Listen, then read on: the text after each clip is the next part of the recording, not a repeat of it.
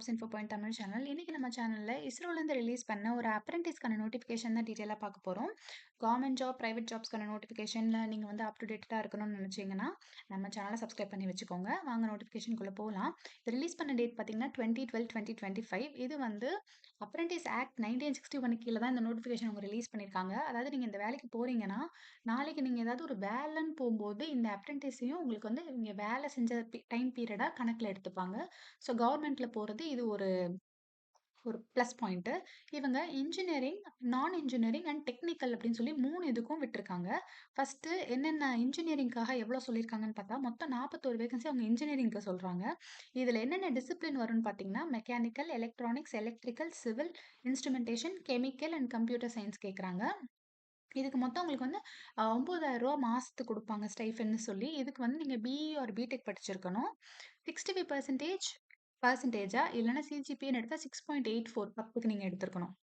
அதே நீங்க நான் இன்ஜினியரிங்க்கு போனீங்கன்னா, பிஏ, பிஎஸ்சி, பிகாம் இந்த 3ல ஏதாவது ஒண்ணு படிச்சிருக்கணும். ஐ மீன் இந்த 3க்குமே அவங்க குடுத்துருக்காங்க.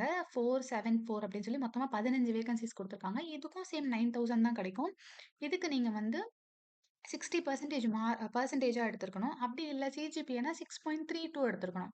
இன்ஜினியரிங்கோட கம்பேர் பண்ணும்போது, நான் இன்ஜினியரிங்க்கு கொஞ்சம் கம்மி பெர்சன்டேஜ் நீங்க எடுத்திருந்தாலே போதும்.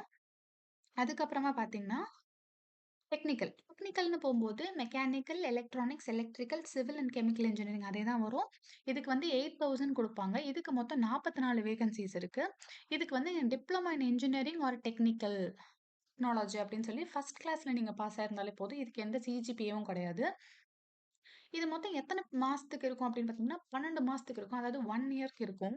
ஸோ இது 1 இயர்க்கு அப்புறம் என்ன பண்றது அப்படின்னு பார்த்தீங்கன்னா, இந்த 1 இயர்க்கு அப்புறம் நீங்க வேற ஏதாவது ஒரு ஜாப் தேடுற மாரி தான் இருக்கும். இத எக்ஸ்டெண்ட் பண்ண முடியாது. மேபி அவங்க இப்போதைக்கு அத எக்ஸ்டெண்ட் பண்ண முடியாது. நாளைக்கு நீங்க இத எக்ஸ்டெண்ட் பண்ற மாதிரி அவங்க மேபி நோட்டிஃபை பண்ணாங்கன்னா, அப்ப நம்ம அத எக்ஸ்டெண்ட் பண்ணிக்கலாம். நம்ம ஏஜ் பார்த்துடலாம். ஏஜ் வந்து 28 இயர்ஸ் இருக்கும். கிராஜுவேட்ஸ்க்கு. நான் கிராஜுவேட்ஸ்க்கும் 28 தான். டெக்னிக்கல் அப்ரென்டிஸ்ன்னு போகும்போது மட்டும் 35 இருக்கும். ரிலாக்சேஷன் பார்த்தீங்கன்னா, எஸ்சி, எஸ்டிஸ்க்கு 5 இயர்ஸும், ஓபிசிக்கு 3 இயர்ஸும் குடுத்துருக்காங்க. ஸோ இது எப்படி இவங்க செலக்ட் பண்ணுவாங்க அப்படின்னு பார்த்தீங்கன்னா, இங்க ஸ்க்ரீன்ல iprc.gov.inங்கிற வெப்சைட்ல போயிட்டு, நீங்க அப்ளிகேஷன் ஃபார்ம டவுன்லோட் பண்ணிட்டு, அந்த ஃபார்ம வந்து நீங்க ஃபில் பண்ணி இங்க வாக்-இன் இன்டர்வியூன்னு சொல்லி குடுத்துருப்பாங்க. அங்க நீங்க போணும். ஸோ ஃபில் பண்ணி என்னென்ன டாக்குமெண்ட்ஸ் வேணுமோ அதெல்லாம் எடுத்துட்டு, இப்போ ஸ்க்ரீன்ல தெரியிற அட்ரஸ்க்கு நீங்க போணும். குடுத்துருக்காங்க பார்த்தீங்களா? ISRO propulsion complex, IPRC, Mahendragiri, Tirunelveli district, Tamil Nadu. So இங்க நீங்க போணும். அவங்க குடுத்துருக்க டேட் அண்ட் டைம்க்கு நீங்க இங்க போணும். அவங்க தெளிவா மென்ஷன் பண்றாங்க. நீங்க கொரியர் அனுப்பணுன்ற அவசியமே கிடையாது. நீங்க வெப்சைட்லேருந்து ஃபார்ம் டவுன்லோட் பண்ணி, ஃபில் பண்ணி என்னென்ன டாக்குமெண்ட்ஸ் கூட வைக்கணுமோ அதெல்லாம் எடுத்துட்டு, கிராஜுவேட்க்கு நீங்க போடுறீங்க அப்படின்னா 10/1/2026 9:00லேருந்து 12 மணிக்குள்ள சனிக்கிழமை அப்ப போணும். அதே நீங்க டெக்னிக்கல்னு போனீங்கனாலும் அதேதான். நீங்க நான் இன்ஜினியரிங்க்கு போறீங்க அப்படின்னா மட்டும், நீங்க அதுக்கு அடுத்த நாள் சண்டே 11/1/2026 9:30 to 12 பிஎம்க்குள்ள நீங்க போணும். அங்க உங்களோட டாக்குமெண்ட்ஸ வந்து அவங்க சரி பார்த்துட்டு, அதுக்கப்புறமா மார்க் வைஸ் யாருக்கு குடுக்கணும்னு சொல்லி அவங்க ஷார்ட் லிஸ்ட் பண்ணி, அவங்களுக்கு அவங்க மெயில் அனுப்புவாங்க. இப்போ யாருக்கு நீங்க மெயில் அனுப்பணும், லைக் ஏதாவது டவுட்ஸ் ஃபியூச்சர்ல அப்டின்னா, நீங்க careers@iprc.gov.inக்கு நீங்க ஃபார்ம ஃபில் பண்ணிட்டு, ஃபார்ம டவுன்லோட் பண்ணி, ஃபார்ம ஃபில் பண்ணிட்டு, கூட என்னென்ன டாக்குமெண்ட்ஸ் வைக்கணுமோ அதையும் வச்சு, ஐடி ப்ரூஃப் கேட்குறாங்க. ஸோ ஒரு ஐடி ப்ரூஃப் வச்சுட்டு, ஃபார்ம் வச்சுட்டு, டாக்குமெண்ட்ஸ் வச்சுட்டு, நீங்க இத வந்து மெயில் பண்ணக்கூடாது, கொரியரும் பண்ணக்கூடாது. நீங்க அந்த அன்னைக்கு எடுத்துட்டு நேர்ல போணும். நேர்ல போம்போது, அவங்க அத ஃபார்ம வாங்கி, ஃபார்ம வெரிஃபை பண்ணி, உங்களுக்கு ஷார்ட் லிஸ்ட் பண்ணி கூப்பிடுவாங்க. இவ்வளதான். ஸோ இப்ப எப்படி இந்த இடத்துக்கு ரீச் ஆகுறது அப்படின்னு சொல்லி அவங்க குடுத்துருக்காங்க. ஸோ எப்படி ரீச் ஆகுறதுன்னா, காவல் கிணறு ஜங்ஷன்லேருந்து அது ரொம்ப பக்கம்ன்ற மாதிரி சொல்றாங்க. ஸோ அங்க காவல் கிணறு ஜங்ஷன்லேருந்து அது வந்து ஒரு 500 மீட்டர்ல தான் இருக்கும்.